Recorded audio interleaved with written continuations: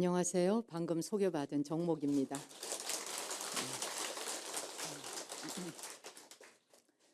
여기 무상사 법당에서의 그 법문은 워낙이 매주마다 전국 각처의 큰 스님들을 모시고 법문을 들으시기 때문에 이 공간에 와서 법문을 들으시는 무상사 신도님들께서는 이 귀에 대한 공덕은 아마 대한민국 제1류가 아니겠는가, 그리 생각을 합니다. 그래서 워낙이 우리 회장 스님께서 이 무상사에 오시는 신도님들에게 이제 한국 불교에 뭔가 좀 새로운 시대를 열어가야 되지 않나 하는 생각 때문에 이제 정말 매주마다 이 법당에서 이런 큰 스님들을 모시고 신도님들에게 그 익은 공덕이라도 열려서 수행이 되도록 해드리고자 하는 그런 원을 가지신 걸로 알거든요. 제가 개인적으로 굉장히 존경하는 스님이고 아주 저는 까마득한 후학이고 후배입니다마는 오래전서부터 늘 여기 우리 회장 스님 뵐 때마다 마음으로 늘 존경하고 해왔던 분이시거든요. 근데 제가 이곳에 와서 법문을 좀 해주면 좋겠다 이렇게 말씀하셔서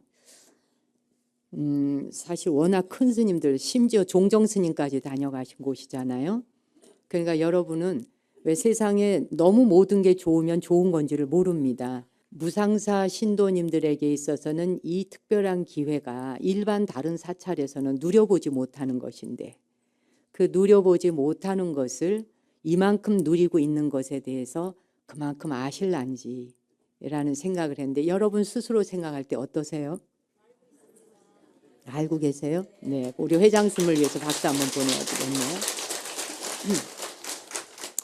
옛날에 그랬대잖아요. 지옥 세계를 구경을 가고 천상 세계를 구경을 갔는데 법문을 많이 들은 사람은 귀만 와서 극락에 와 있더래잖아요. 귀만 똑 떨어져 가지고.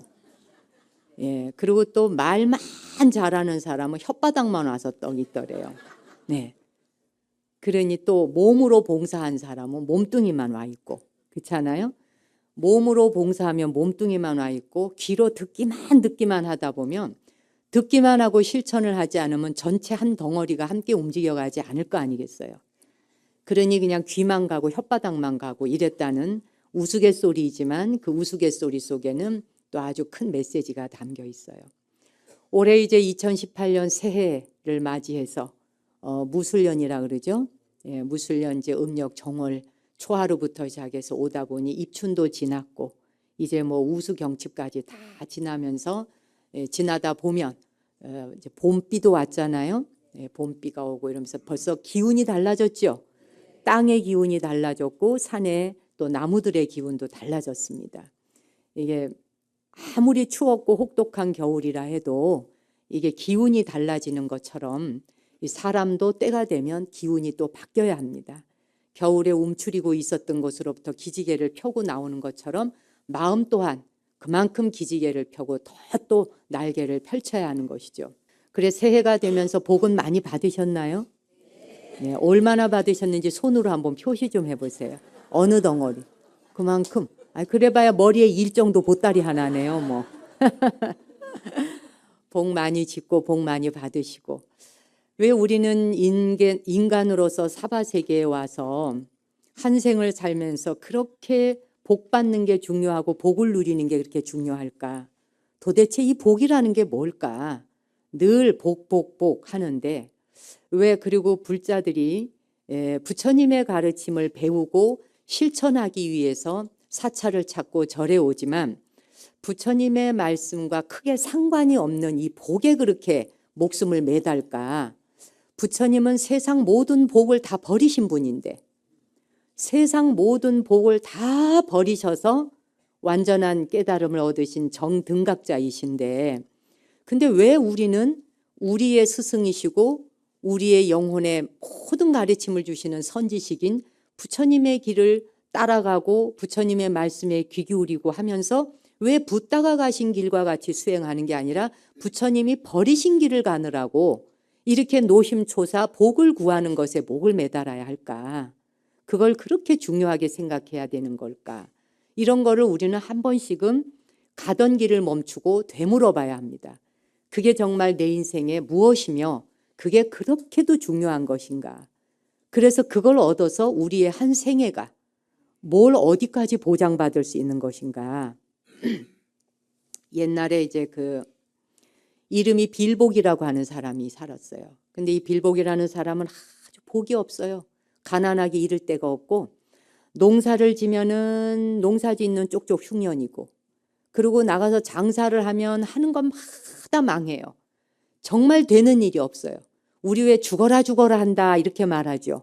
뭐 좀 하려 그러면 빤한 날이 없다. 죽어라 죽어라 한다 그러는데 이 빌복이라는 사람이 그렇게 복이 없었습니다. 그러니까 뭐 겨우 하는 것이 나무단 2짐 지어다 놓고 시장에 내다 팔아서 그걸로 그냥 먹고 사는 게 자기 일상사였어요. 그래 이제 죽어라 죽어라 진짜 사는 거죠. 찢어지게 가난하다는 말을 하지 않습니까? 정말 이 빌복이는 찢어지게 가난한 사람이었어요. 그 이제 나무단을 2단을 해서 시장에 내다 팔면 그저 그냥 입에 풀칠할 만큼 돈을 벌면 그걸로 그날 하루 1일 근근히 그냥 사는 겁니다. 하루는 생각하니 내가 이거 사람으로 와가지고 뭐 이거 나무단 2단이나 해가지고 먹고 살고 이거 이 입에다 풀칠이나 하고 살고 이래서 되겠나. 나도 좀 열심히 해서 남들처럼 떵떵거리지는 못해도 그래도 어느 정도 허리는 좀 펴고 살아보자 하는 생각이 들었어요. 그래서 이제 그날부터 열심히 한다고 나무단을 3짐을 해왔어요. 그 이제 평소보다 다르게 이제 시장에 내다 팔 3짐을 해다 놓고 밤에 잠을 이제 들고 아침에 일어났는데 한 짐이 사라진 거예요.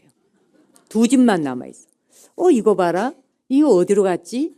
뭐 그래도 또 뭐 누가 필요해서 집어갔나? 이제 이렇게 생각하고 그 다음 날은 더 열심히 해야지 하면서 2짐을 더해서 4짐을 갖다 놨어요. 4짐을 갖다 놓고 다음 날 시장을 가려고 일어났는데 2짐이 또 사라졌어요. 도대체 이거 누가 이걸 도둑질 해가나? 그래서 이제 막 소리를 질렀습니다. 누군지는 모르겠지만 나같이 찢어지게 가난한 사람에게 겨우 있는 것이라고 해봐야 나무찜 2단밖에 더 있는 게 없는데 이것마저도 뺏어가는 도대체 이런 도둑놈이 누구야 하고 소리를 질렀어요. 그 다음 날 5짐을 해놔놨어요. 5짐을 하면서 오늘은 내가 도둑이 누구인지 CCTV가 없던 시절이니까 자기 눈에 불을 켜고 지켜봐야 된 거죠. 그러니 이제 졸면 이건 까딱 넘어가는 겁니다. 그래서 아무튼 5짐을 해다 놓고 그러고서는 이제 지켜보기로 했어요. 누가 이게 도둑질을 하는가 하고. 그 어두운 밤이 됐습니다. 깜깜한 밤이 돼서 아무것도 안 보이는데 정말 눈에 불을 켜고 그러고 쳐다봤습니다. 그랬더니 잠시 있으니까 나무단이 슬슬슬슬 지 혼자 움직이기 시작을 해요. 그래서 이게 슬슬 움직이더니 둥둥둥 떠요. 그래서 그냥 빌복이가 보더니 뛰어나가서 내 나무찜을 누가 가져가는 거요 하고 덤비면서 확 달려갔어요. 달려가서 나무찜 한 덩어리 한 보탱이를 딱 안았어요. 그랬는데 그냥 그 나무찜이 둥둥둥둥 뛰어서 막 이동을 하는데 막 어디로 데려가서 내려놨는데 보니까 하늘의 마당에 뚝 떨어졌어요. 하늘 마당에 뚝 떨어져 가지고서 둘러보니까 그동안 자기가 해놓았던 나무찜이 거기 다 와 있어요. 기가 찬 거예요. 아니 하늘도 도둑질을 하나? 이제 이래가면서 둘러보고 어이가 없어 갖고 있는데 저기서 옥황상제가 나타나시네요. 그리고 옥황상제가 떡 나왔어. 이게 웬일인가 하고 아니 왜 내 나무집을 옥황상제씩이나 되는 분이 배울 만큼 배웠고 가질 만큼 가지신 분이 이 지지리궁상 못 사는 나의 이 나무단을 훔쳐갈 정도로 이러셔야 되겠습니까? 교양없게. 이제 이렇게 옥황상제한테 물었어요. 그랬더니 이제 옥황상제께서 너에게 주어진 사람마다 다 자기의 복의 양이 있다. 지가 뿌려놓은 대로만 거두게 돼 있어요. 농사의 양이라는 게. 씨를 뿌린 것만큼 거두게 되어 있는데 네가 뿌려놓은 씨앗만큼 가져가야 돼. 그래서 너한테 주어진 건 딱 나무단 2단이다 이거지. 나무단 2단이 네 몫인데 네 몫이 아닌 거를 자꾸 해다 놓으니까 하늘이 그건 다 회수한다. 네게 아닌 것은 다 회수하는 것이 하늘이 할 역할이다. 이렇게 얘기를 해요. 그러니까 이제 남덕이가 어이가 없어가지고 아니 내가 사람으로 태어나서 왜 똑같은 사람으로 태어나서 누구는 저렇게 뻔듯하니 잘 살는데 나는 왜 사람답게 한번 제대로 살아보지도 못하는 것입니까? 나는 이렇게 살다가 죽으란 말입니까? 라고 해요. 그랬더니 이제 옥황상제가 보안이 좀 딱하잖아요. 그랬더니 너한테 구경을 좀 시켜줄 게 있다. 이리 따라오너라 하면서 이제 그 각각의 여기 와 계시는 무상사의 각 한 분 한 분마다의 하늘에 가면 곳간이 있어요. 자기 그 곳간이. 그 곳간 구경을 시켜줘서 이제 옥황상제가 투어 안내자 가이드로 나섰어요. 네. 그래가지고 이제 여기 있는 한 사람 한 사람 곳간 구경을 이제 시작을 했습니다. 그 한 문을 열어보니까 쌀이 10섬이 있고 또 한 집은 열어보니 쌀이 20섬이 있고 뭐 이렇게 이제 한 집 한 집 구경을 돌아다니다 가서 보니까 빌복이 자기 곳간이 있어요. 거기 문을 떡 열어보니 쌀은 고사치고 쌀에게 한 주먹밖에 없어요. 그래서 거기서 이제 목 놓아 울어요. 아니 어째 사람으로 같이 태어났는데 누구는 10섬 누구는 20섬 누구는 30섬인데 나는 어찌해서 이렇게 쌀아기 한 톨밖에 한 주먹밖에 없는 것입니까? 도대체 이게 뭡니까? 라고 해요. 그러면서 나도 좀 사람답게 살아보고 한때라도 좋으니 제대로 잘 먹고 좀 잘 살 수 없겠습니까? 이렇게 이제 얘기를 하니까 옥황상제가 보아하니 이게 좀 가엾어요. 그래서 그래. 그러면 방법을 한번 찾아보자꾸나. 하더니 이리 따라오너라. 그러더니 이제 어느 곳간을 데리고 갔어요. 그 곳간 문을 떡 여니까 몇 천 섬이 넘는 것이 꽉 차 있어 갖고 창고가 모자라. 그래갖고 이 창고 저 창고까지 다 할 정도로 곳간이 꽉 찬 사람 거기를 구경을 시켜주는 거예요. 이 곳간은 남덕이라는 사람의 곳간이다. 그런데 네가 한때라도 잘 먹고 잘 살아보기를 소원을 하니 내가 이 남덕의 재산을 너한테 임시로 빌려주마. 이걸 가지고 잠시 내려가서 한번 잘 살아보아라. 그런데 단 한 가지. 남덕이가 세상에 태어나는 순간 그의 재산은 남덕이에게 다 돌려주어야 된다. 이랬어요. 아이고 뭐 여부가 있겠습니까? 하루만 잘 먹고 잘 살아도 내 생전에 소원이 없겠는데 남덕이가 태어날 때까지 사는 날이 100일이라도 좋고 뭐 언제라도 좋습니다. 언제든지 태어나면 돌려주겠습니다. 약속을 했습니다. 그 약속을 하고 이제 다시 땅으로 내려왔어요. 그날서부터 시작해서 남덕의 재산을 빌린 이 빌보기가 뭐만 하면 쌀을 한 섬을 해서 내다 팔면 10섬이 되고 또 이게 10섬을 하면은 막 20섬, 30섬 막 늘어나요. 10배씩 뻥튀기가 되는 거예요. 그래서 어느 순간에 부자가 돼서 기와집도 이제 하나 사고 논밭도 얻게 되고 잘 살게 됐어요.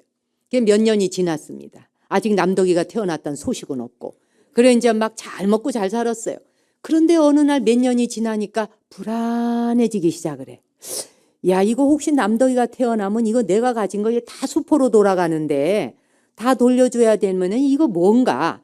그러다 보니 기와집도 별 볼 일 없어지고 따뜻한 옷도 별 볼 일 없어지고 잘 먹고 잘 사는 것도 그만 맛이 없는 거예요. 이게 언젠가 돌려줘야 된다면 이 허망한 거를 내가 붙들고 살아야 되나 이런 생각이 들었어요. 막 불안함이 오는 거예요. 남의 재산 가지고 잘 살아보려다 보니까 불안감이 와요. 요즘에 우리가 사는 세상에는 남의 재산 다 훔치고 하나도 안 불안해. 그 훔침을 당한 사람이 불안해. 남의 걸 훔쳐간 사람은 두 다리 뻗고 살아. 요즘은 그런 세상이잖아요. 남의 거 빌려간 게 아니라 남의 걸 빌려서 지 걸로 만들고 되레 큰 소리를 뻥뻥 치잖아요. 근데 이제 그때만 해도 빌보기가 양심이 있던 때라. 그래 가만히 생각을 해보니까 내가 이렇게 불안해할 게 아니구나. 남덕이가 태어나면은 다시 돌려줘야 되는 재산이니 어차피 내 것이 아닐 바에라면 있는데 인심이나 좀 쓰자. 남한테 베풀면서 살자. 좋은 일에 쓰자. 이제 이래서 어려운 사람, 가난한 사람, 불쌍한 사람을 보면 다 도와줬어요. 그냥 밥이 없는 사람은 밥을 주고 집이 없는 사람은 살 수 있는 공간을 빌려주기도 하고 아픈 사람이 있으면 약도 지어주고 이러면서 이제 내가 이 세상 와서 임시로 빌려 쓰는 건데 이 나누고나 살자 하면서 막 베풀었습니다. 그 베풀다 보니 이제 마음이 편안해졌어요. 이제는 남덕이가 태어난다 그래도 뭐 크게 관계가 없겠어요. 그렇죠? 왜? 어차피 내 거 아닌데 남의 거 갖고 인심 써보니 기분이 좋은 거예요. 너무 행복한 거예요. 예. 자, 그러고 있는데 어느 날 한겨울이 됐어요. 갑자기 대문 밖에서 누가 똑똑 두드려요. 사람 좀 살려달라고. 그래갖고 이제 문을 열어보니까 부부가 이제 거지 부부가 갑자기 오들오들 떨면서 문 밖에 서가지고 그 부인은 보니까 애기 엄마는 만삭이 되었어요. 아이를. 곧 애를 낳아야 되는 만삭이 된데 막 추워서 밥도 못 먹고 오들오들 떨면서 하룻밤만 묵어갈 수 있게 해줄 수 없냐고 이제 빌보기한테 물어요. 부탁을 하니까 어서 들어오시라고, 어서 오시라면서 사랑방을 내주면서 밥도 차려주고 이불도 내주고 불도 뜨뜻하게 떼주고, 어차피 내 재산 아니니까. 뭐 내 거 아닌데 남의 거 가지고 인심 펑펑 쓰는데 뭐 얼마나 좋아. 그래가지고 이제 막 해줬어요. 그래서 그날 밥도 잘 먹고 따뜻한 방에서 아주 하룻밤을 잘 묵었는데 그 다음날 아침에 이제 아기를 낳았어요. 아이가 똑똑거피 같은 아들이 태어났네요. 너무 좋은 거예요. 세상에 우리가 빌보기님 덕분에 이렇게 따뜻한 방에서 애도 낳고 너무 정말 우리는 감사한 일이다. 이제 이래서 둘이서 이제 의논하면서 남편이 그래요. 여보, 우리가 이렇게 남의 복을 빌려서 이렇게 아이도 낳고 이렇게 됐으니 우리 아이 이름을 남덕이라고 지읍시다. 그래가지고 이제 아이 바깥에서 들으니까 기가 떡 차네. 미역국을 지금 한 사발 끓여갖고 들어갈라던 차에 대문 앞에서, 아니 문 밖에서 들으니 우리 아이의 이름을 남덕이라 지읍시다. 남의 덕으로 우리 아이가 태어나지. 남덕이가 누구예요? 그냥 얼굴이 하얘지면서 정신이 까마득해지고 머리가 하얘지는 거예요. 이제 올 게 왔구나. 어떻게 해야 되나. 내가 가진 이 모든 걸 다 이제 이 아이한테 줘야 되는 때가 왔구나. 남덕이가 태어난 거야 이제. 다 줘야 되는구나 생각하니까 이 말 안 하고 그냥 내가 먹고 떨어질까. 이 부부를 애하고 학치 내쫓을까. 그리고 나는 그냥 입 딱 다물고 옥황상제한테 가는 것도 죽어야 가는 것이니 사는 동안까지 그냥 이게 내 재산이오 하고 그냥 떵떵거리고 살아볼까. 이걸 그냥 며칠을 고민을 해요. 그래가지고 이제 맨날 며칠 고민을 하다가 마음을 돌이켜. 요 지점이에요. 우리 인간만사에 살아가면서 사람은 저마다 갈등을 겪는 시점이 와요. 이거 내가 더 먹을까? 요거 내가 더 가질까? 이거 그냥 속일까? 숨길까? 하는 순간에 골로 가는 사람이 있고 그 순간에 정신 차려서 인간다움으로 돌아오는 사람이 있는 거예요. 우리는 사람 사는 세상에 왔지만 우리는 사람이 아닙니다. 사람 되어가는 중이에요.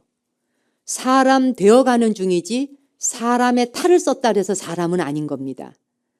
그리고 나이 든다 그래서 존경받아야 되느냐? 그렇지 않습니다. 나이가 어리다 그래갖고 아무것도 모르느냐? 그렇지 않습니다. 10대 미만의 아이라도 훌륭하고 출중한 생각을 가진 지혜존자가 있고 나이를 70, 80, 90살을 먹었어도 3살 먹은 어린아이만도 못한 생각을 가지고 있는 사람들이 천지에 깔렸습니다. 사람 됨됨이는 나이로 측량하지 않는다. 사람 되어 간다는 건 요런 기로에 놓인 찰나가 왔을 때에 어떤 마음을 먹고 어떤 선택을 하고 어떤 결정을 하느냐에 따라 중생도 되고 보살도 되고 부처도 되는 것이거든요. 근데 이제 이 빌보기가 이 중생의 마음으로 번뇌망상에 며칠 들끓었습니다.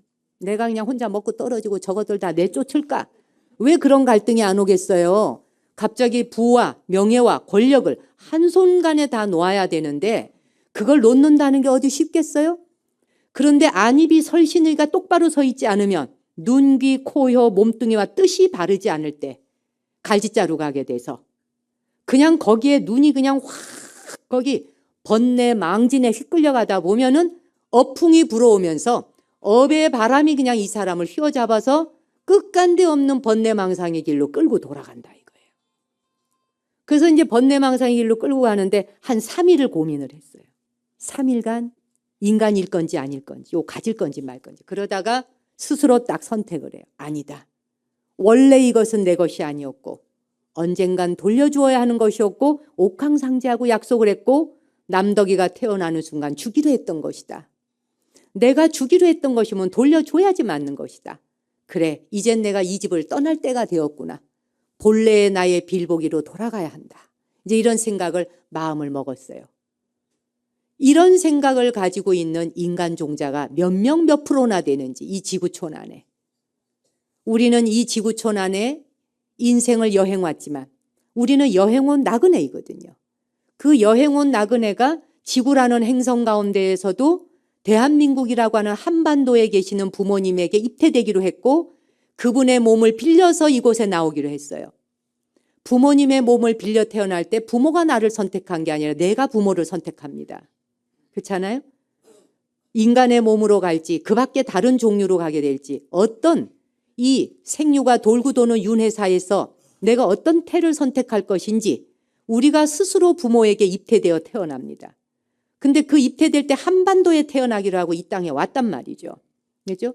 그래서 이 땅에 왔는데 그러다 보니 우리는 이 인간사에 와가지고 학연 따지고 지연 따지고 고향 따지고 동창 따지고 뭐 따지고 하다 보니까 인간의 그 세상의 굴레가 점점 축소되어 작아지는 거예요.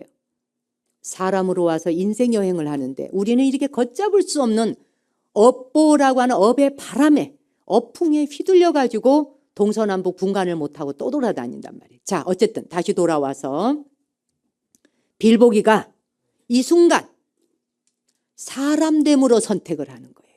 인간됨을 선택해. 주자. 어차피 내 거 아니다. 잠시 빌려 쓴 것만으로도 고맙다. 우리 지금 여기에 태어나 있는 우리는 이 몸뚱이도 내 거 아닙니다. 몸뚱이도 빌려 쓰는 거예요. 재산, 부모님, 세상의 모든 은혜를 다 빌려 쓰는 거예요.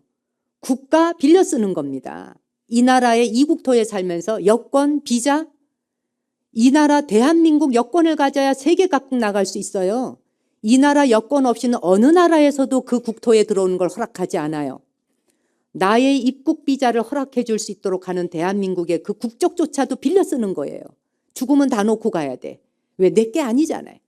영원한 것이 아니고 놓고 가야 될 것들에 목을 매달면서 그것을 집착하고 소유하다 보니 내 것이 아닌데 내 것이라 생각하고 살아야 되다 보니 고통이 뒤따르고 갈등이 오고 그래지잖아요.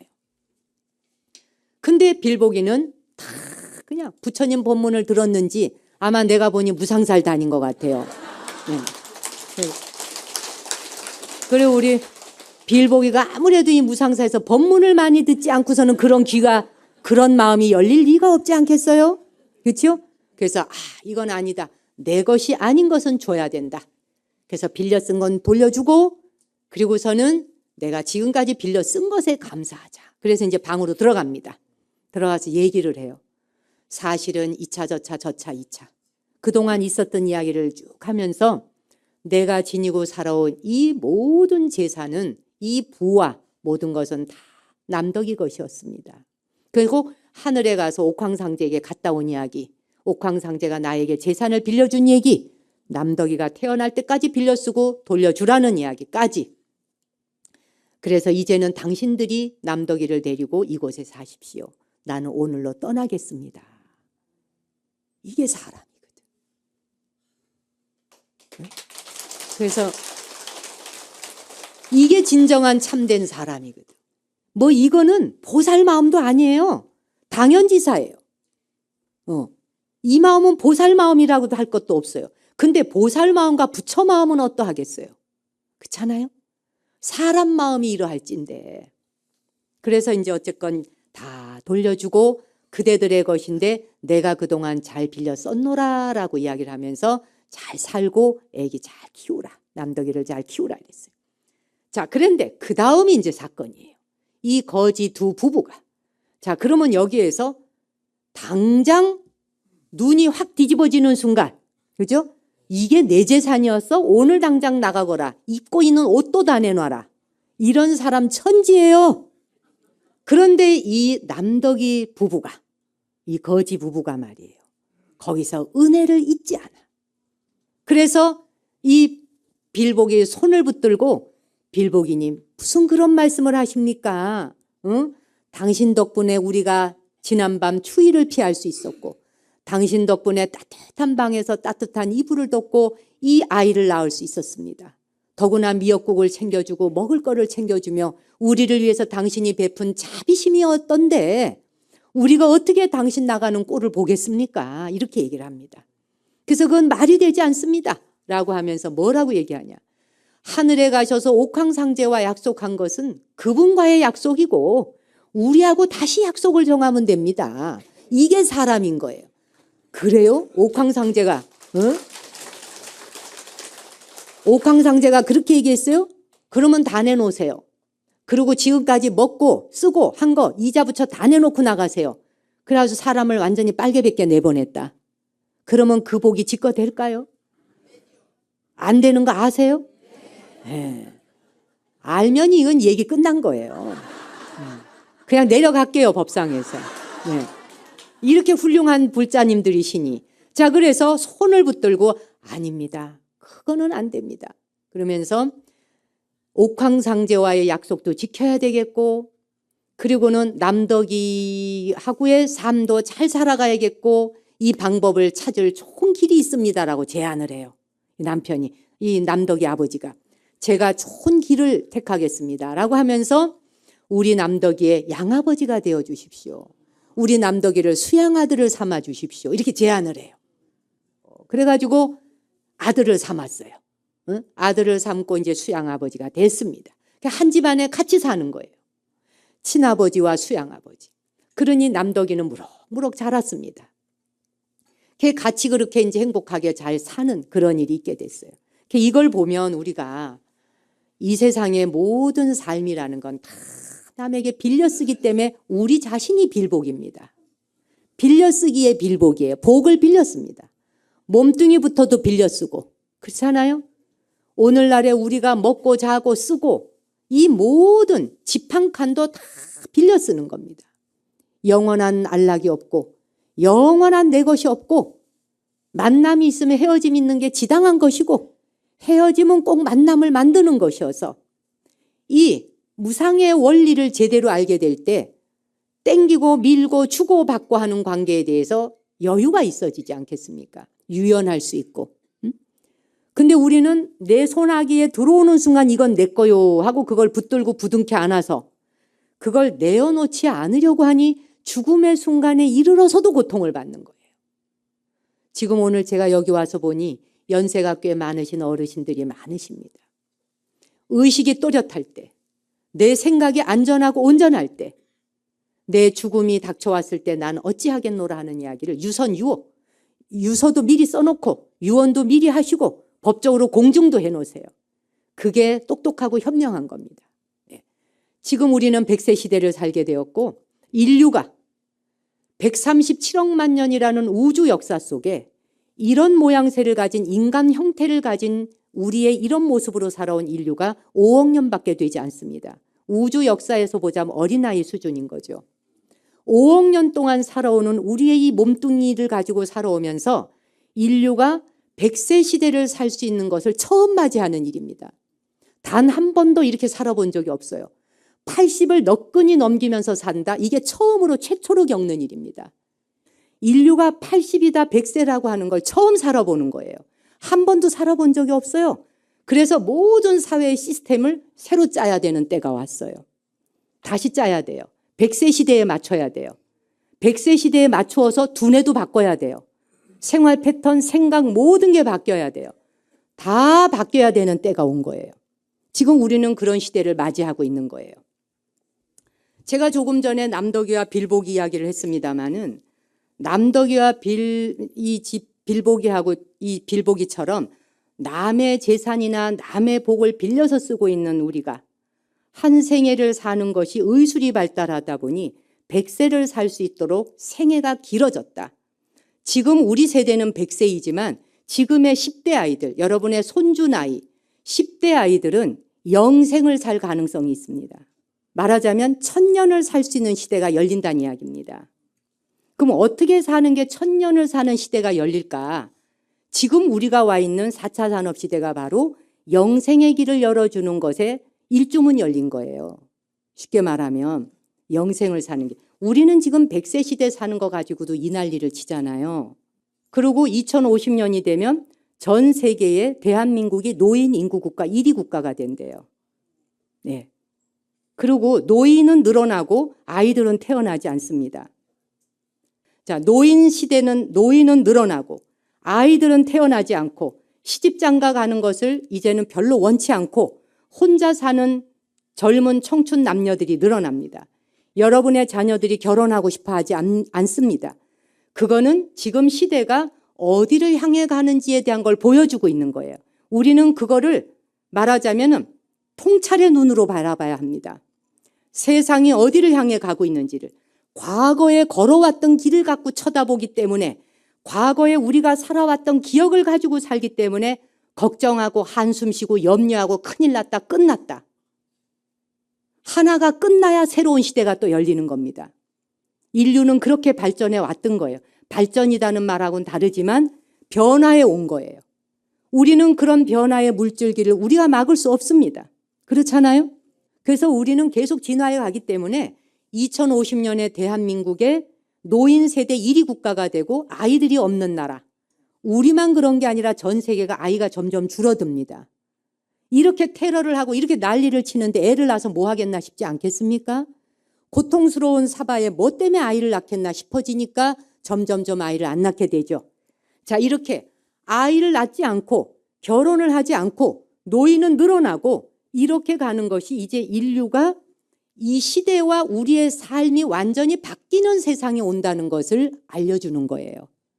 지금의 10대 아이들은 우리와 완전히 다른 세상을 살 거라 그랬잖아요. 몸뚱이는 사람 몸인데 우리처럼 살지 않는다 그래요. 그 호모사피엔스에 보면 그런 내용이 있잖아요. 예. 이제 인류는 영생의 시대를 연다는 겁니다. 예. 그러니까 300년 살 건지 500년 살 건지 1000년 살 건지 이제 수명이 막 늘어납니다. 이 수명이 늘어나는 데는 제가 오늘 여기까지는 이야기 못하지만 시간 관계상 수명이 그만큼 늘어난다라고 하는 것은 거기에 제일 중요한 핵심이 되는 것은 수명이 늘어나려면 뭐가 빠져야 되냐? 감정이 빠져야 됩니다. 우리 무상계에 나오는 무상계에서 그죠? 무명으로 인하여 무명식 쭉 나오죠. 그 다음에 수, 느낌, 그죠? 인간이 느낌이라고 하는 거, 감정, 느낌, 요 감정과 느낌이라고 하는 것 때문에 생사 거래를 계속하거든요. 죽고 태어나고 죽고 태어나고. 그런데 다음 차세대, 이 인류가 진화해 나가는 그 다음으로 나가는 진도 나갈 적에는 감정 뺀다는 겁니다. 호모사피엔스의 이야기에서는. 감정 빠진다. 감정이 필요 없어진다는 거예요. 감정 없는 인간이 만들어져요. 그게 뭐예요? 로봇이에요. 감정이 없어. 아무튼 그러다 보니까 지금 우리가 80세, 100세를 살게 되었는데 그래서 아이가 태어나지 않고 노인 세대로 가는 걸 우리가 한숨 들이쉬고 내쉬면서 걱정할 필요는 없다. 무엇인가를 향하여 계속 인류는 변화해 가고 있다. 그냥 우리는 그 변화의 물결을 바라보며 우리는 우리 스스로 할 일을 하면 된다. 자, 그러면 이 인류가 진화해 오는 데는 세 가지를 통해서 진화해 와서 머리, 가슴, 손, 요 세 가지. 머리와 가슴과 손 세 가지를 가지고 인류를 진화시켜 왔는데 우선 간단하게 머리를 봅시다. 머리가 또 세 가지로 진화해 왔어요. 두뇌. 요즘에 뇌과학이 발달했죠? 이제는 우리가 상상하는 것 이상으로 뇌과학이 발달해서 깨달음이 뇌 안에서 어디서 일어나는지까지 다 발견해 놨잖아요. 뇌는 세 단계로 발달해 왔습니다. 첫째는 파충류 뇌에서부터 시작합니다. 우리 모두에게 파충류 뇌가 있어요. 요 뒤에 뇌간서부터 해서 파충류 뇌로 시작할 때는 파충류 뇌가 하는 일은 뭐냐? 본능입니다. 먹는 거, 종족 보존하는 거. 생식 기능과 먹는 거 요 두 가지만 하면 돼요. 그러니까 뇌가 클 이유가 없죠. 그 다음 뇌가 뭐예요? 파충류 뇌에서 좀 더 진화된 게 포유류 뇌예요. 고래, 북극곰 이거 전부 다 포유류 뇌잖아요. 포유류 뇌에 와서야 감정과 느낌이 생겨요. 우리 무상계에 12가지 12연기 나오잖아요. 이 12가지 12연기가 나오는 게 포유류 뇌에서부터 시작되는 거예요. 아시겠어요? 느낌과 감각, 감정 요게. 느낌과 감각과 감정이 생기면서부터 사람은 뭐가 시작되냐? 자기 뇌 안에서 자기 세계를 만들어. 오해가 생기고 사랑이 생기고 줬다 뺏었다 하고 삐지고 속상하고 남의 말 지식대로 해석하고 이렇게 하고 잘못된 인간관계가 계속 형성되는 게 감정과 느낌으로 인해서 생겨난 게 이게 포유류 뇌예요. 지금까지 인류는 이 포유류 뇌 때문에 친족 간에도 원수가 되었고 부모 자식 사이에도 원수가 되었고 서로 돌이킬 수 없는 관계로 헤어지게 되는 이런 친소 원근이 생기면서 원수가 되어지는 관계, 천천지 원수가 생겨난 게 포유류 뇌에서 오는 겁니다. 지금 인류는 뭐냐? 전두엽뇌입니다. 앞쪽뇌. 전두엽이 발달한 시대예요. 사람에게 전두엽이 발달한 거예요. 이 전두엽이 탄생한 지가 얼마 안 돼요. 뇌의 역사에. 말하자면 지금 뇌과학이 이토록 발달하게 된 것은 바로 전두엽에 대한 연구입니다. 이게 지금 우리의 화두이자 과제이고 숙제예요. 전두엽은 이타심의 뇌예요. 타인의 삶을 다른 사람도 나와 같이 깨달음을 완성할 수 있도록 그가 그의 삶을 행복을 완성시킬 수 있도록 하는 데 써먹는 뇌가 전두엽이에요. 지금 이 전두엽이 발달했고 전두엽이 최상승으로 발달하기 위해서 만들어내고 있는 게 바로 AI, 알파고. 인류가 진화해 가면서 가진 모든 것들을 지금 발달시켜가고 있잖아요. 그래서 구글이 실리콘밸리에 연구하고 있는 브레인들이 모여서 머리 좋은 사람들이 모여서 80억 인구가 먹고도 남아 돌아갈 만큼의 돈을 들여서 왜 그런 과학적 업적을 남기며 연구를 하려고 드느냐. 지금 이런 감정 가지고 있는 인간 데리고 그 다음 차원으로 넘어가기 어렵다는 거예요. 우리 자신이 우리를 평가할 때 이렇게 생각하시면 돼요. 남한테 못된 짓 하고 빼앗으려고 들 때 내가 파충류뇌를 쓰고 있구나. 아시겠어요? 그 다음에 감정이 벌컥 일어나고 서운하고 섭섭하고 마음이 풀리질 않아. 내가 포유류뇌를 쓰고 있구나. 아시겠어요? 그 다음에 거기서 이해심이 커져. 이해심이 커지고 보살심으로 가면서 정말 역지사지. 저 사람에게도 그만한 이유가 있었겠지라고 하면서 이해심도 갈 뿐만 아니라 남이 성공적으로 살아낼 수 있도록 도움을 주는 보살의 마음이 일어나. 그럴 때 내가 전두엽을 쓰는구나. 지금 전두엽 인간들이 많아져야 돼요. 지금 이 시대는 전두엽 인간 만드는 세상에 와 있어요. 노인도 마찬가지예요. 내가 늙어서 이런 대접 받으려고 지금 내가 젊을 때 그렇게 살아왔나?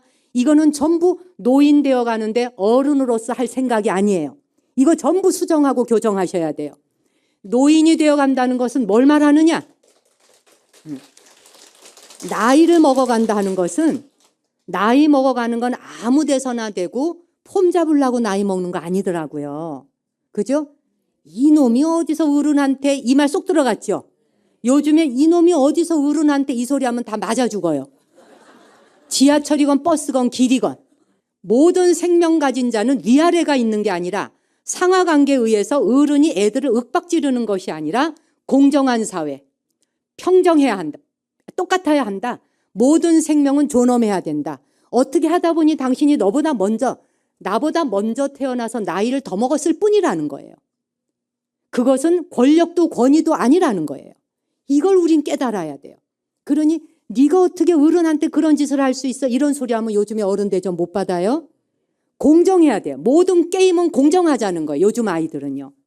그냥 인간 대 인간으로 돌아가, 사람 대 사람으로 돌아가자는 거예요. 그래서 상하관계에서 내려다보는 게 아니라 불교에서 무시무종 이론을 그리잖아. 기독교는 수직관계라면 신이 있고 밑에 피조물이 있다면 불교는 시간도 무시무종이에요. 모든 존재가 무시무종. 원이 어디서 시작해서 어디서 끝나는지 몰라요. 그대가 나보다 먼저 태어났다 하지만 한 생만 거꾸로 뒤집어 보면 당신이 나보다 늦게 태어났던 거예요. 그렇잖아요? 불교의 시대관과 불교의 세계관과 불교의 우주관은 무시무종으로 놓고 볼 때 누가 어른이고 누가 애가 아니에요. 자식도 나의 한때의 아버지였고 어머니였고 스승이었어요. 존중하라는 거예요. 존중하고 귀담아 듣고 그리고 존중하면서 그 사람과 함께 성장해 가야 된다는 거예요. 이게 전두엽 인간이 하는 거예요. 이타의 뇌. 얼마 전에 제가 인터넷으로 봤는데 재미있는 이야기가 무궁무진 많지만 하나만 이야기하고 이야기 마무리하겠습니다. 그 미국에서 암 환자들인가를 무슨 돕는 제가 내용을 정확히 모르겠습니다만 암 환자를 돕는 건지 뭔지 그들을 돕기 위해서 그 마라톤 대회가 열렸어요. 그래서 그 마라톤 대회가 열렸는데 그 마라톤 대회에 그 신경정신과 여자 의사 선생님이 그 마라톤 대회에서 막 이제 달려오는데 1등으로 오고 있었어요. 1등으로 막 달려오고 있는데 183m 정도인가를 남겨놓고 쓰러졌어요. 다리에 근육이 완전 뭉쳐가지고 더 이상 이제 뛸 수가 없어요. 근데 뒤에서 2등으로 따라오던 아이가 17살 먹은 고등학생이었어요. 그 고등학생 아이가 따라오더니 그 쓰러진 그 신경정신과 의사를 일으켜 세워요. 일으켜 세워서 같이 달려. 몇 걸음 가다 또 쓰러져. 또 일으켜 세워. 이 의사를 끌고 일으켜 세워서 같이 달려와요. 같이 달려와서 골인 지점에 이 의사를 등을 밀어줘요. 1등을 시켜줘요. 네. 그러고는 자기가 2등으로 들어와요. 그래서 이 의사 선생님이 1등으로 골인하게 달려온 다음에 확 밀어가지고 먼저 들어왔습니다. 그 여자 의사 선생님이 돕고 싶은 사람을 도울 수 있도록. 나이가 17살밖에 먹지 않은 아이예요. 고등학생이에요. 그런데 나보다 저 사람 등을 떠밀어서 그 사람이 성공하도록, 그 사람이 하고 싶은 일을 완성하도록 밀어주는 게 보살 마음이에요. 이게 보살의 마음이에요. 그렇죠? 내가 가지려 하고, 내가 성공하려 하고, 뭐든지 내가 이기려 하고, 이게 지금까지 감정과 느낌 때문에 포유류 뇌. 그냥 이겨야 돼. 싸워야 되고 이겨야 되고 지지 않으려고 하는 것 때문에 인류는 맨날 걸음마를 했던 겁니다. 그래서 이제는 남을 등 떠밀어주는, 머리로 무슨 생각을 할 것이며 가슴으로 어떻게 타인과 공감할 것이며 이 손으로 누구를 도와줄 것이냐. 손으로는 도네이터하고, 그렇잖아요. 남을 돕고 나누고 하는데 이 손을 쓰라는 거예요. 그 사람이 더 먼저 1등 하도록 밀어주라는 거예요. 돌이켜보면 제 자신이나 여기에 와 계시는 여러분 모두가 누군가가 나 성공하고 잘 되라고 등 떠밀어 주었던 우리의 선지식이 있었어요. 여러분의 부모가 여러분 잘 되라고 언제나 등 떠밀어 주었고, 당신 입에 들어갈 거를 너 먼저 먹어라. 나는 배부르다. 이게 전부 등 떠밀어 주는 거예요. 그 등 떠밀어 주는 자비의 손이 있었기 때문에 오늘 내가 이 자리에 있다는 걸 우리는 잊어서는 안 됩니다. 그리고 우리 또한 항상 살아있는 그날까지, 특히 연세 드신 분들, 여러분의 머리와 여러분의 가슴과 여러분의 손으로 언제나 상대방 등 떠밀어주고 손 잡아주고 그 사람이 더 먼저 행복하고 성공할 수 있도록 돕는 것. 그게 보살심이고, 전두엽 인간은 이타의 마음을, 그걸 실천함으로써 더 나은 길을 향하여 나아가는데 우리가 걸음이 되어줘야 됩니다. 지금의 10대, 20대 아이들이 살아갈 세상은 우리와 완전히 다른 세상을 사는데 우리가 거기에 초석이 되어줘야 됩니다. 우리는 그 시대가, 새로운 시대가 열릴 것에 대해서 걸음이 되어줘야 됩니다. 그 걸음이 되는 데는 전두엽 인간이 돼야 됩니다. 더 나은 생각, 남을 도울 수 있는 생각, 남을 협조하는 생각, 남의 이익을 더 좋게 생각해 줄 수 있는, 이기심을 버릴 수 있는 생각, 이런 것들이 지금 우리에게 요구하고 있는 세상을 살고 있고, 그런 세상을 막바지에 이르렀지만 연세 드신 여러분에게는 그런 세상을 경험해 볼 수 있는 세상에 숨쉬고 있음을 항상 감사하셔야 됩니다. 무더운 여름을 별 탈 없이 잘 지내셨나요? 네. 정말 대단하시고 한 분 한 분 훌륭하십니다. 올 여름은 상상도 할 수 없을 정도로 우리가 111년 만에 기상청 예보를 시작한 이래 이토록 더워본 적이 처음이다 할 만큼 더위에 대해서 사람들이 감당하지 못하겠다라고 할 정도였는데, 뭐가 됐든지 간에 감당하라고 또 이제 여름이 가고 이렇게 가을이 성큼 와줍니다. 이제 일기예보가 하도 발달하다 보니까 미리미리 또 막 준비하라고 하는데, 그러다 보니 준비가 그냥 겁부터 먹게 되는 경우도 있죠. 태풍도 하도 난리를 쳐서 그랬더니 태풍이 놀래가지고 니네들대로 내가 해줄 줄 아냐? 딴 데로 간다. 싹 빠져가지고 또 이리 갔다 저리 갔다. 비도 막 그냥 쫓아다녀 얘네들이. 정신이 없어요. 여기 가서 우르르 확 쏟고 저기 가서 우르르 확 쏟고, 그렇죠? 그러니까 비도 정신 차리기가 어려워. 골고루 내려주는 것을 잊어버린 지 오랜 거예요. 그냥 왜냐하면 이제 지금 현대인들이 살아가는 그 마음이랑 똑같은 형식으로 비를 보내줘야 되니까 한꺼번에, 왜냐하면 지금 우리나라뿐이 아니라 전 세계인이 돈도 왕창 벌길 좋아하잖아요. 뭐든지 하면 대박 나길 좋아하니까 비도 대박으로 줄게. 그죠? 그래서 그냥 한 장소에 디립다 막 퍼붓고 다녀서 실제로 이 기후변화라고 하는 게 인간의 마음과 무관하지 않다.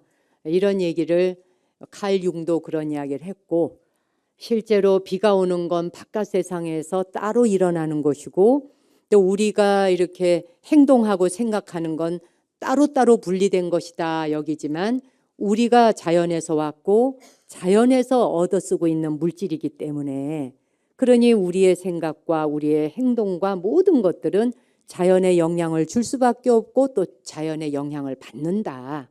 그런 얘기도 하지 않습니까? 그리고 이제 또 뭐 들으니 10월 말부터 이제 한파가 미리 덮친다. 10월은 아직 오지 않았는데 지금부터 추워 죽겠는 거야, 그냥. 그렇죠? 미리미리 막 이제 그 대비하라고 하는데, 대비하라고 하는 것에 대해 대비를 어떻게 하겠습니까? 뭐 그렇죠? 그래도 이제 뭐 대비하라 그러니까 대문 비틀어 매고 유리창 꼭 끼워 놓고 뭐 요 정도는 하겠지만, 뭐 그밖에 뭘 달리할 수가 있겠습니까? 그렇게 한다 해도 그냥 들이덮치니까 집이 다 그냥 물에 잠겨버리고 견딜 수 없는 고통이 뒤따르잖아요. 어차피 제가 언젠가도 여러분에게 말씀드렸습니다만, 우리가 살아가는 세상은 남선부주에 와 있고, 스님들께서 축원하실 적에 남선부주, 해동 대한민국, 서울시 서초구 뭐 이렇게 축원하죠. 그 남선부주라고 하는 건 박복한 땅이란 뜻이라는 거거든. 복이 없어요. 박복한 땅. 왜 박복하냐?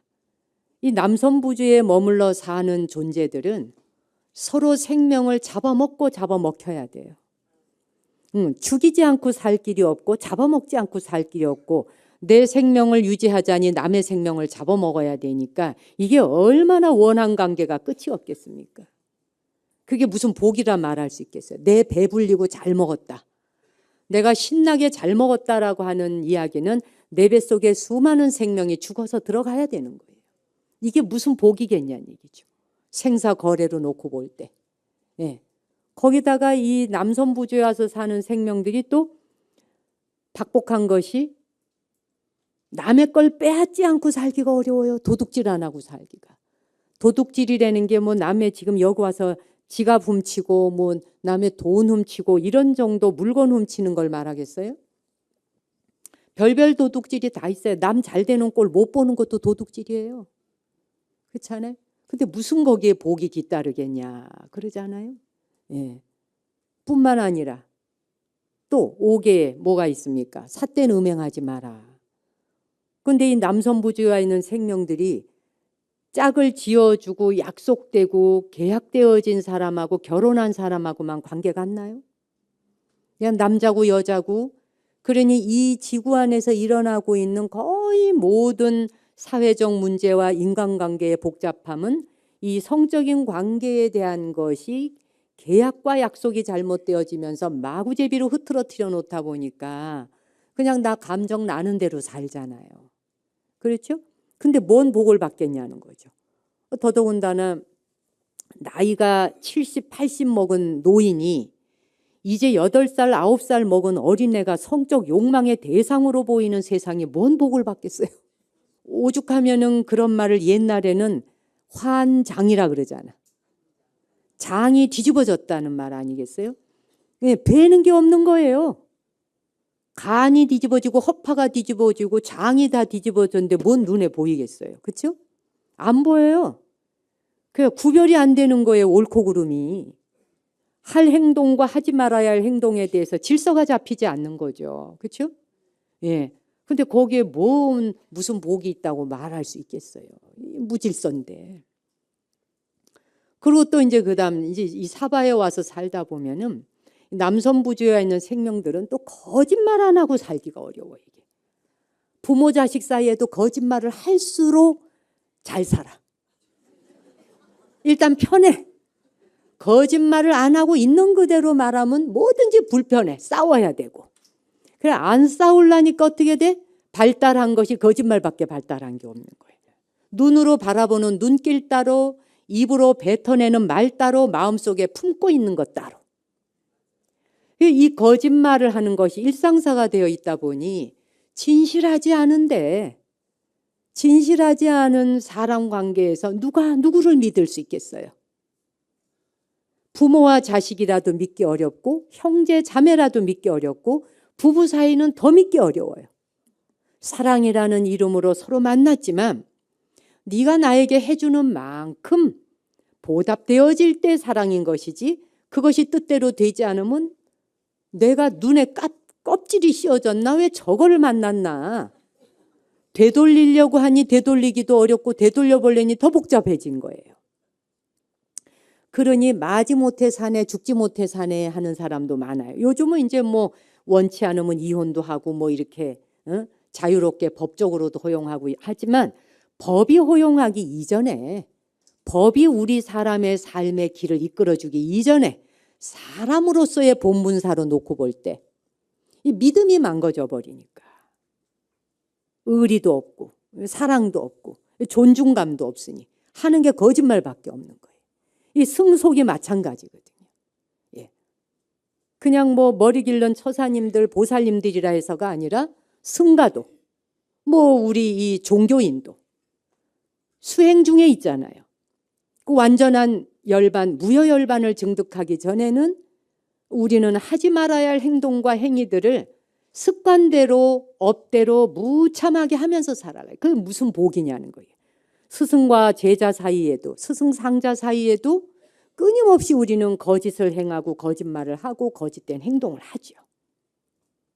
거기에 우리가 무슨 의리가 있고 존중이 있고 진리를 향하는 배려심이 있고 진리를 향한 절대적인 그야말로 경배심이 있다고 말할 수 있을까? 그렇죠? 그리고 이제 마지막이 뭐예요? 5번째가 정신을 혼미하게 하는 술과 마약 가까이 하지 마라 라고 했는데, 술과 마약을 빼면은 이 세상을 마치 살 이유가 없는 것처럼. 그리고 이제 요즘은 또 여성들이 너만 술 마실 줄 아냐? 나도 먹기로 작정하면 너를 능가해. 내가 술을 해독해내는 능력이 어느 정도인지 보여줄게. 이래서 이제 여성들이 또 막 마시기 시작을 하면은 박스로 마신대, 박스로. 그러니 신이 이 세상에 내려준 음식 가운데 가장 아름다운 음식이라고 어떤 사람이 술꾼이 말합디다마는, 신이 내려준 음식 중에 최고의 음식을 부어라 마셔라 뭐 나발을 불어라 이러고 아무려면 좋겠냐 이거예요. 세상의 모든 건 적당함이 있지 않겠느냐. 알맞음을 넘어서는 건 전부 박복한 거예요. 그렇잖아요? 이게 이제 박복한 세상의 남선부주라. 그 남선부주 안에 사바세계에 또 살고 있어요. 그 사바세계는 법정 스님께서도 말씀하신 적이 있죠. 죽지 않을 만큼 고통이 뒤따르는 땅이 사바세계다. 죽으라고 고통이 오진 않아. 죽을만 하면 살려내. 이게 지옥인 거지. 그냥 똥물에 확 쳐넣었다가 아이고 벌컥벌컥 하면 확 머리 끄집어내고, 그래 한 번 또 숨 들이키면 다시 집어넣고, 이런 식의 고통이 연발 다가온다. 그렇죠? 남선부주 안에 박복한 땅 위에 죽지 않을 만큼의 고통이 뒤따르는 땅인 사바세계에 발붙이고 있는 우리들에게 바깥 기후가 우리에게 주어지게 될 험난한 것은 예나 지금이나 그때라고 해서 기후가 꼭 좋았을 리가 없다. 그렇잖아요? 모래바람이 막 불어오면 그 황량한 인근에 사는 사람들이 어찌 먹을 것을 유지하며 생계를 유지하고 살 수 있겠어요? 오히려 지금은 그때에 비교하자면 태풍 아니라 지진 아니라 뭐가 온다 그래도 옛날 사람들의 삶으로 거슬러 올라가서 보자면 지금은 뭐 집이라고 하는 것도 태풍 불어와 무너진다 해도 이제 태풍이 불어와서 집이 무너지니까 어떻게 돼? 어떻게 보면 태풍이 불어왔을 적에 무너지지 않을 수 있을까에 대한 연구를 하면서 빔 설치 하나를 하거나 건축 자재 하나를 만들 때도 그거를 강도를 이겨내는, 뭐 태풍이 허리케인이 오더라도 외래 그냥 태풍이 도망가게 만들 수 있는 것을 어떻게 하면 만들까 해서 더 진화하죠. 그 자연현상에서 일어나 자연현상으로 돌아가야 하는 일에는 인간이 상상하는 방식으로 돌아가 주진 않는다는 겁니다. 아무튼 그렇게, 그러나 우리가 박복한 땅에 산다고는 말하지만 그러면은 박복한 땅에서 아무것도 할 일이 없냐? 손 놓고 그냥 이렇게 당하고 살아야만 되느냐가 아니라는 거죠. 그러니까 이제 이 박복한 땅에서는 할 수 있는 일이라고 하는 게, 역대의 부처님들께서는 7불 부처님이 다 남선부조 사바세계를 선택해 오셨거든요. 그러니까 이 땅은 뭐냐면 박복한 땅인가 동시에 기회의 땅이에요. 여기에서 마음 똑바로 잡으면은 여기서 그냥 확 뛰어넘을 수 있는, 경계를 뛰어넘을 수 있는 장대 높이 뛰기 선수가 여기서 나올 수 있는 거예요. 이 경계를 넘어설 수 있는. 그게 이 박복한 땅 위에 동시에 깨달음에 엄청난 복을 주는 것까지 동시에 준 거예요. 이거냐 저거냐. 여기서 이제 정진을 해야 된다는 얘기죠. 제가 이제 얼마 전에 강의를 한번 들은 적이 있는데, 그 강의에 그런 얘기를 하셔요, 박사님께서. 생명, 우리 이게 하나 다 생명 아닙니까? 이 생명은 분자로 이루어져 있죠. 분자죠. 생각은 뭐라고 제가 한번 말씀드린 적이 있는데, 생각은 칼슘이다. 그죠? 예. 생명은 분자이고 생각은 칼슘이다. 우리 몸도 보세요. 모든 몸뚱이는 다 카본이라고 하는 걸로 이루어져 있어요. 카본. 화학 기호에서 주기율표에, 이 주기율표에서 그 탄소라고 하는 것이, 근데 우리가 스트레스 받는다 그러죠. 스트레스도 분자예요. 분자. 단백질 먹죠. 단백질을 뭐 섭취해라. 단백질 섭취를 하기 위해서 뭐 닭가슴살을 먹어라. 뭐 막 이런 말씀들 하시대 보면, 그렇죠? 그 단백질이라고 하는 것도 분자예요. 그렇죠? 그런데 칼슘은 이온이에요. 이온. 음이온이란 말 들어보셨죠? 어디 뭐 가시면 음이온 뭐 여기 이 방에 들어가죠. 음이온. 아, 좋다 막 이러시죠. 스트레스도 분자, 단백질도 분자. 그런데 칼슘은 이온이다. 그러니까 칼슘은 또 뭐라고요? 생각. 예, 생명은 분자. 예, 따라오셔야 돼요. 이 말을 이렇게 배워가지고 집에 가서 써먹으란 얘기예요. 집에 가서 애들 앉혀놓고, 예, 생명은 분자야. 응? 그리고 생각은 칼슘이야. 스트레스도 분자다. 단백질도 분자야. 근데 칼슘은 이온이야. 이온. 이온이라는 게 뭐냐? 세포 속에는, 원래 이 세포 속에는 원자 상태인데, 세포 속에는 자식 새끼를 낳을 수 있는, 예, 거미도 새끼 낳고 개미도 새끼 낳고 다 새끼 낳아야죠. 새끼를 낳고 아이를 낳을 수 있는, 요게 이온이 되어야지만, 이온이 만나야지 가능한 일이거든. 이온이 만나지지 않는데 새끼 안 만들어지거든. 그 이온 만나지도록 하는 요게 칼슘이 한다니. 자, 그런데 별 속에는 분자가 없어요. 별 속에는 분자가 없는데 이 우주간에 삼천대천세계 삼남한상에 제일 많은 게 별이죠. 그죠? 별이 제일 많아요. 별의 세계에 우주 세계가 전체가 다 별로 이루어져 있어요. 근데 우주 전체에 거의가 다 별로 이루어져 있는데 별에는 분자가 없어요. 분자가 없다는 말은 뭘로 연결될까요? 생명이 없어요. 그죠? 생명은 분자라고 했으니까. 그죠? 분자는 생명이에요. 그렇죠? 여기까지 잘 따라오셨죠? 별 속에는 분자가 없다. 우주 전체가 가장 많은 게 별인데, 말하자면 삼남한상 우주 전체, 우주의 세계, 우주의 법계에 펼쳐지는 그 별의 세계에는 분자는 없다. 그래서 분자는 행성에만 있다. 이 지구가 행성이죠. 네. 분자는 행성에만 있어요. 그러니까 생명은 어디에만 있어요? 행성에. 행성에 생명이 살고 있어요. 거기에 우리가 지금 와 있는 거예요. 자, 여기까지. 도대체 내가 어디서 와서 여기까지 와서 앉아 있는지, 이 법문 듣자고 여기 오셨는지, 네, 자신의 존재가 분자이고 이 우주 법계 안에 별이 가득한데 별에는 분자가 없어. 분자가 없다는 말은 사는 생명이 없다는 뜻이에요. 그죠? 생명이 없으니 뭐 새끼 낳고 뭐 하고 할 게 없죠. 그렇죠? 이혼도 필요가 없죠. 분자가 없으니.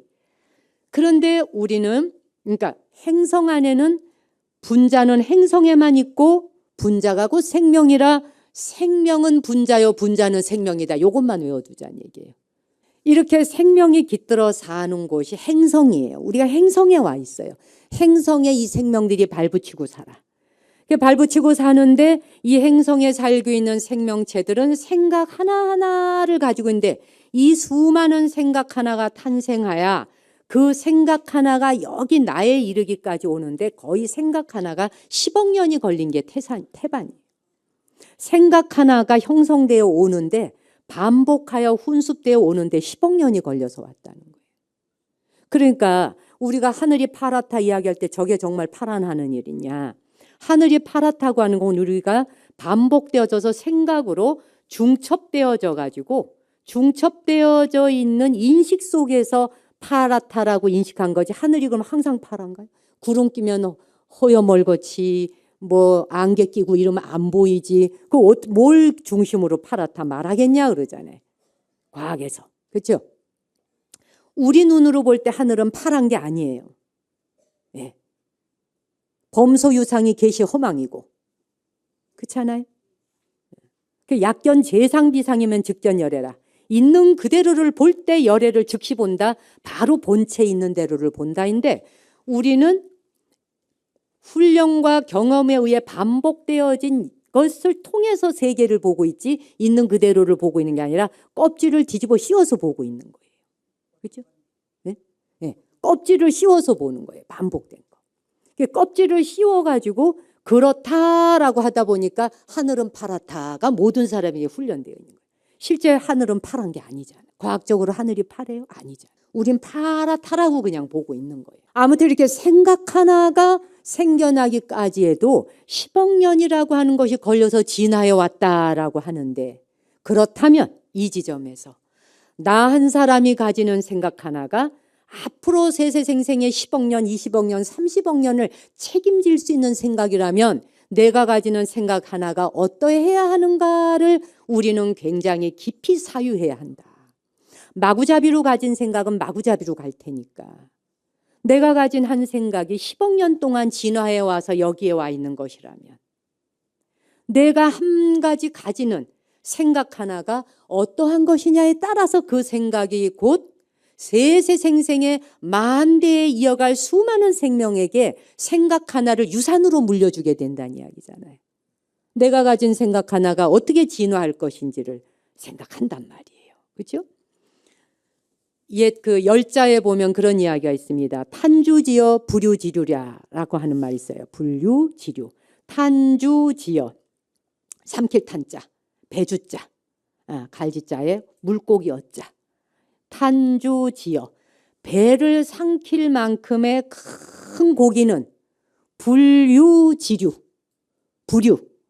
아니불자에 논류자예요. 아니불자에 논류. 그 다음에 가지지자. 우리 강물이 쭉 가다 가지 쳐서 가는 걸 지류가 흘러간다. 그러죠? 그 지류예요. 네, 가지지자에 흐를 유자. 그래서 불유, 지류. 배를 삼킬 만큼의 큰 물고기는 개천에서 놀지 않는다는 거예요. 그러니 내가 가진 생각 하나가 바다에 떠다니는 거대한 고래나 상어나 이 큰 물고기와 같은 그런 생각을 하나 가지게 되고 품는다면 노는 물이 다르겠죠. 그래서 자질구레한 일에 시시콜콜 미주알 고주알 신경 써가면서 집착하지 않는다는 말입니다. 그렇죠? 굵직굵직한 것만 골라가지고 살아가기에도 줄기를 잡아 살아가기에도 24시간은 금방 가요. 이제 여러분 여기서 법문 끝난 뒤에 공양 드시고 나서 집에 가면 2시, 3시 금방 돼요. 그렇죠? 그러고 나서 이제 오후 약 좀 챙겨 먹고 아이고 허리야 하고 잠시 앉았다 일어나면 저녁 공양 시간이에요. 그래서 이제 한 숟갈 또 잡수고 약 좀 챙겨 먹고 그럼 TV 봐야 돼요. TV 좀 한 개, 2개 보다 보면 눈이 금실금실 감겨 잘 시간이에요. 그래서 화장실 한 2번, 3번 왔다 갔다 하다 보면 날 새요. 그렇지 않나요? 그러니 굵직굵직한 것만 골라서 살아가기에도 우리에게 주어진 하루 24시간의 생애는 참으로 짧더라라는 거죠. 그래서 시시콜콜 사소한 것에 신경 쓰지 않고 굵직굵직하게 큰 것만 둥치를 잡아서 줄기를 잡아가면은 일단 긴장을 덜하게 되고 그것으로 인해서 탈이 덜 나. 그렇겠죠? 탈이 안 나니까 이 말이 삶을 크게 보라는 거예요. 높은 데서 내려다보고. 우리가 보세요. 요 뭐 서초동에 여기 보면은 그 우면산 있습니까? 가까이 우면산, 청계산 뭐 이런 산이 거기에 올라서서 본 세상과 히말라야 꼭대기에 올라서서 내려다본 세상에 이 보여지는 폭이 어떻겠습니까? 넓이와 깊이가 다르겠죠? 똑같아요. 항상 우리 마음에 특히 나이 들어갈수록 마음에 히말라야 산 하나 품고 살아야 된다. 제가 이런 얘기를 합니다. 매일 그 등산하듯이 히말라야 산에 마음으로 올라야 돼.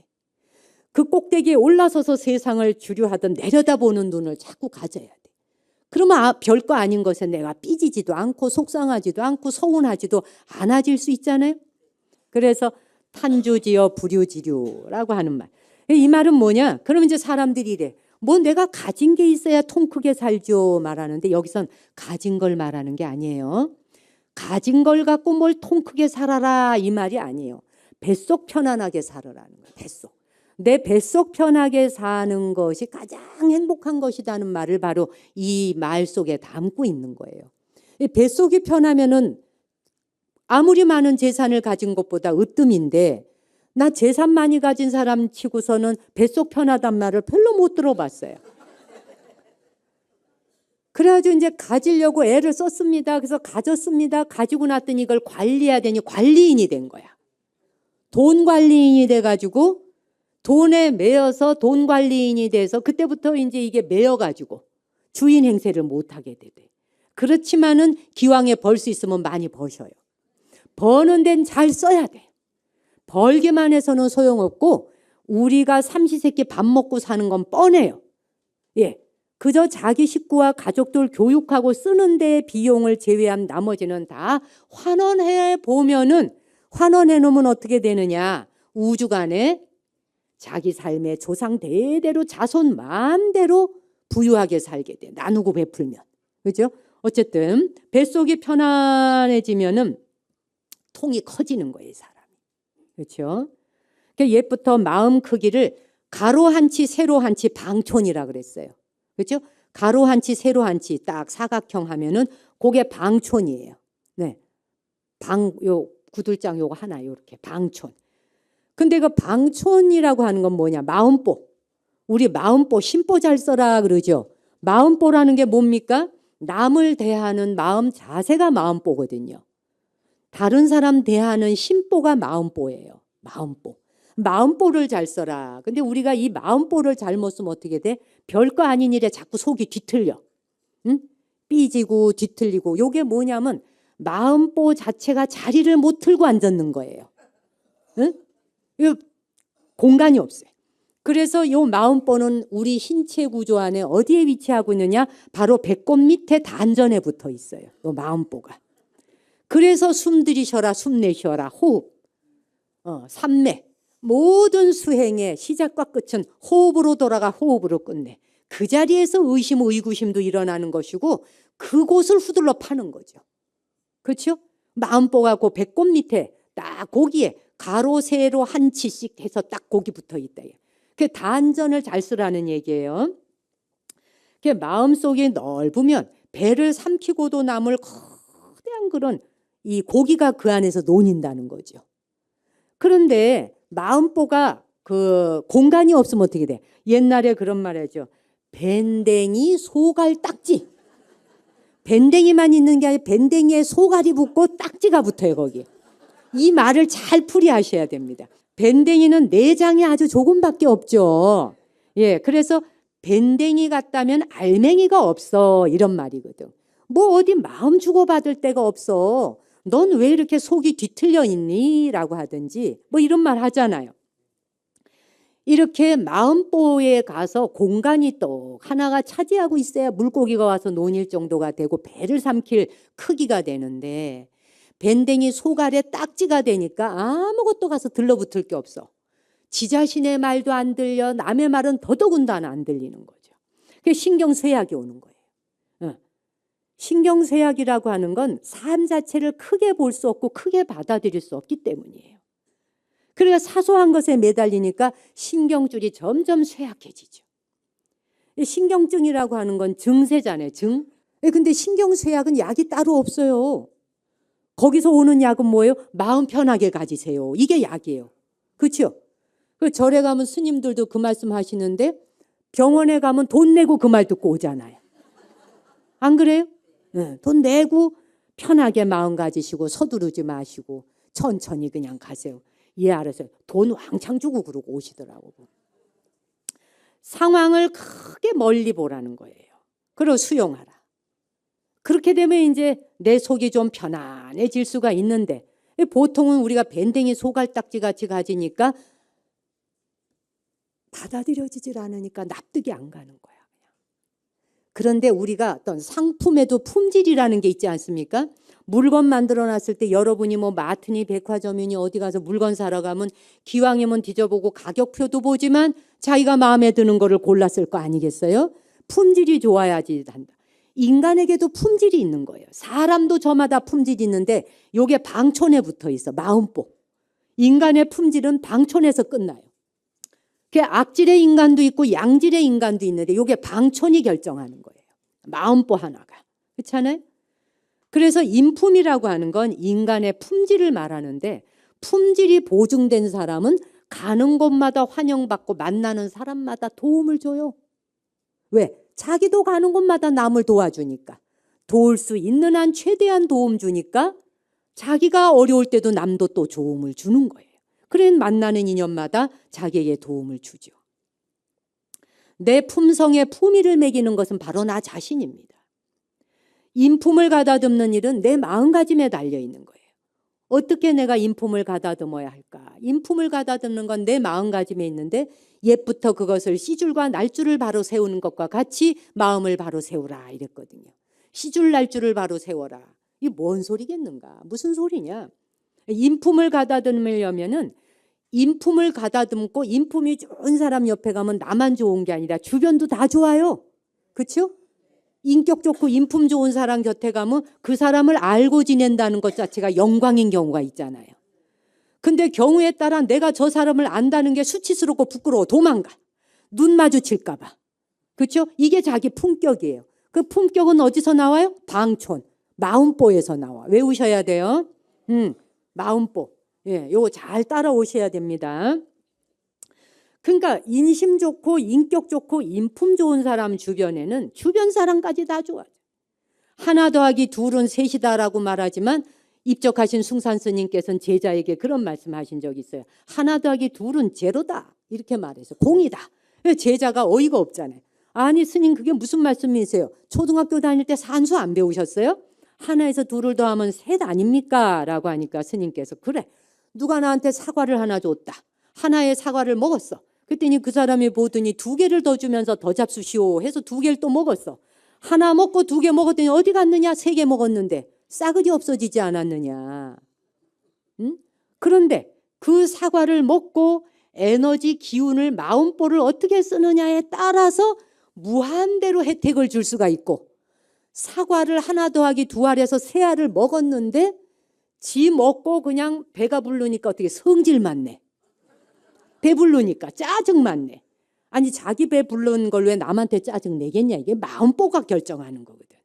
학교에서는 하나 더하기 2은 3이라 가르치지만 불법문 중에선 선의 세계에서 하나에 2 더하면 1개 먹고 2개 먹고 그 힘과 에너지를 어떻게 쓰느냐에 따라 무한대로 펼쳐진다. 이런 계산법으로 살으라는 거예요. 안 그래요?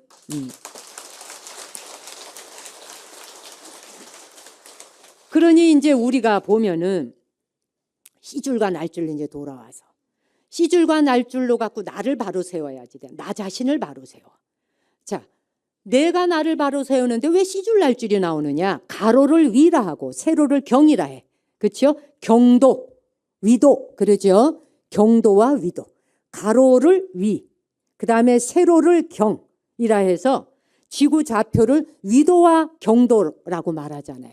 자, 그래서 우리가 반듯한 거 따져보다 뭐 어쩐다 할 때 경우가 바른 사람인데 경위가 바르단 말이에요. 경위를 따져보자. 가로 세로 아구 맞춰보자. 이 말이거든요. 가로 세로 따져보자. 이 아구가 맞나? 응? 그래서 세로줄 가로줄 맞춰서 딱 맞아 떨어지나 안 맞아 떨어지나 네 말이 지금 경위가 바른 소리냐 안 바른 소리냐. 근데 우리는 인간이 경우가 있어야지 이러잖아요. 이 말이 경위가 있어야지 이 말이에요. 경위. C줄 날줄 가로 세로 아구 딱 맞아야지 이 말이에요. 동양에서는 경과 위 중에서 당연히 경을 중요시 여겨요. 경. 세로를 중요하게 여겨요. 동양은. 세로줄을 중요시 여기고 또 이 서양에서는 가로를 중요하게 여겨요. 그렇죠? 동양은 경주를 중요하게 여겨. 경을 우선시해요. 그래서 중요한 건 전부 경이 들어가. 경전. 불경, 성경, 경구, 경전 이게 전부 다 경, 세로줄로 나가는 거예요. 쫙 경을 옛날 글 써도 세로로 쓰잖아요. 그렇죠? 가로로 쓰기 시작한 건 서양 문물이 들어오면서부터. 그래서 이제 세로가 가로보다 더 중요하다는 말이에요. 동양에서는. 왜냐하면 세로는 불변하는 것을 나타내거든요. 변하지 않아. 그래서 세로줄은 날줄이 되고 가로줄이 C줄이 돼요. 아무튼 그래서 이제 그 주역에서도 보면 항상 같은 것은 세로줄에 놓는 거예요. 중요한 건 경. 그래서 뭐냐면은 이 방촌. 세로줄을 잘 세워야 세로줄이 똑바로 서야 가로줄은 저절로 따라가거든요. 우리나라에서는 이 호적등본 같은데 뭐예요? 아버지 세대주 호주가 세로줄에 서잖아요. 그 다음에 자식이 옆으로 쫙 가로로 나가죠. 누구네 집안에 이 사람이 할아버지고 아버지고 뭐고 그 옆으로 쫙 이래 나. 서양 사람들은 가로로 전부 나가요. 그래서 결혼 10번 하면 10명의 남편 이름이 따라 붙잖아요. 그렇죠? 예. 그래 안 그래? 예. 그 가로줄이 중요한 거예요. 그래서 우리는 세로줄이 중요해요. 동양에서는요. 그래서 이게 이제 그 세로를 따라서 쭉 가다가 보니까 변함이 없는 거예요. 세로줄에 있어서는. 그 우리가 이 세로가 똑바로 서야 내 안에 방촌 안에 경전 하나를 모시고 다니는 게 되는 거예요. 네. 가로 세로 아구가 딱 맞아서 경이 바른 사람, 경우가 바르다 하잖아요. 그거는 내 안에 경전 하나를 떡 모셔서 항상 옳고 그름에 있어서 따질 때 남에게 피해 주지 않는 삶을 살아가는 올바른 자를 가로 세로 방촌에 마음자리에 경전 하나 모시고 산다. 내 안에 부처님 모시고 사는 자. 그게 똑바로 산다는 뜻이거든. 또 이거 공부하려고 여러분이 여기 절에 다니시면서 경도 읽고 법문도 듣고 사경도 하시고 이러는 거 아니겠어요? 그렇죠? 예. 그래서 우리가 그렇게 하다 보면 가로 세로를 똑바로 세워가지고 방촌의 마음보를 똑바로 쓰게 될 적에 오장육부가 든든해진다는 말 들어보셨어요 혹시? 예, 오장육부가 든든해져. 오장이라고 하는 것은 여기 뭐 이제 의사 선생님들이나 한의원 그 하시는 의료계에 계시는 분도 계실지 모르지만 조선시대에서부터 내려오는 보양이라고 하는 몸을 보양시키고 기른다라고 하는 거기에 보면 오장의 기운을 북돋우는 방법으로는 총애를 받더라도 치욕을 당하더라도 놀라지 않고 받아들이면 간이 편안해진다. 예, 누가 막 사랑하면은 막 끌려가가지고 좋아 죽겠어. 그러면 이것도 간을 상해요. 왜? 지나치게 사랑하는 애정관계도 간을 상해요. 그렇죠? 그 다음에 또 치욕을 당해. 누구에게 무시당하고 욕을 듣고 이러면 어떻게 돼? 막 분노가 일어나죠? 치욕을 당했을 때 깜짝 놀라고 막 허우적거려. 이러면 당장 간을 친단 말이죠. 오장의 기운을 북돋우는 데는 총애를 받거나 즉 누군가에게 극진한 사랑을 받거나 칭찬을 듣더라도 또 치욕을 당해도 놀라지 않아요. 그렇게 있는 그대로 그냥 무덤덤히 받아들이면 간이 평안해지고 움직임과 멈춤을 경건하게 하면 심장, 하트, 심장이 안정감을 갖게 된다. 그 다음에 음식 먹는데 절제가 뒤따르면 비장이 안전해져. 위장과 비장, 비위 상한다 이러죠. 비장과 위장이 안 좋으면 비위 뒤틀린다 그러잖아요. 꼴 못 보는 거. 음식을 절제해야 돼. 과식하지 않고.